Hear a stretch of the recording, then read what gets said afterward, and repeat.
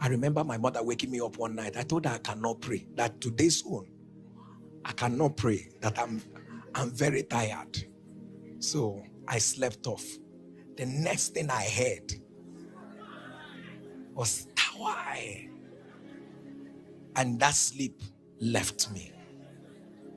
And my mother told me that, I'm paraphrasing, I'm not saying it exactly, that who goes for war in the morning and sleeps through the night?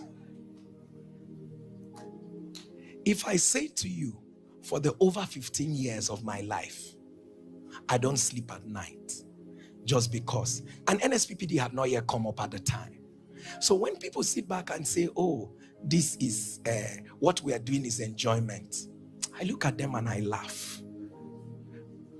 I am sold out for this. I wish I will even have the time. When you pray through the night and you do ministry in the morning, the puzzle, I mean, my wife will tell you, this has been our life all to the time we've been married. And then you pray, and then you do, and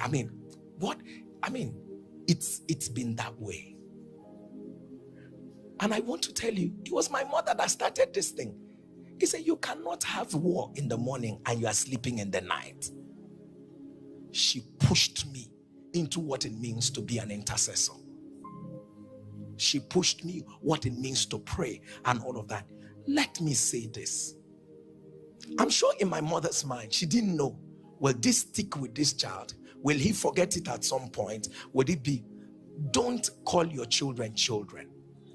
When you relate with your children, you are not speaking to their mind. You are talking to their spirit. A child can be distracted, acting distracted, and all of that. Please don't allow the distraction distract you.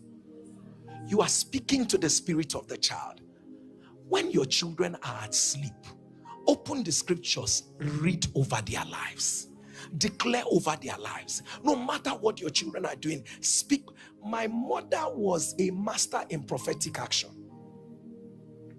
And I said it at the last women's program where I was speaking, and I said to them, my mother would, while she is frying in the kitchen and all of that, in a local kitchen, our local kitchen, with all that fire and all of that. So when I come into the kitchen, my mother would drag a stool, those kitchen stools, in the kitchen, and told me that I should sit at the seat of the kings. That I should sit at the seat of the kings. That this thing I am sitting now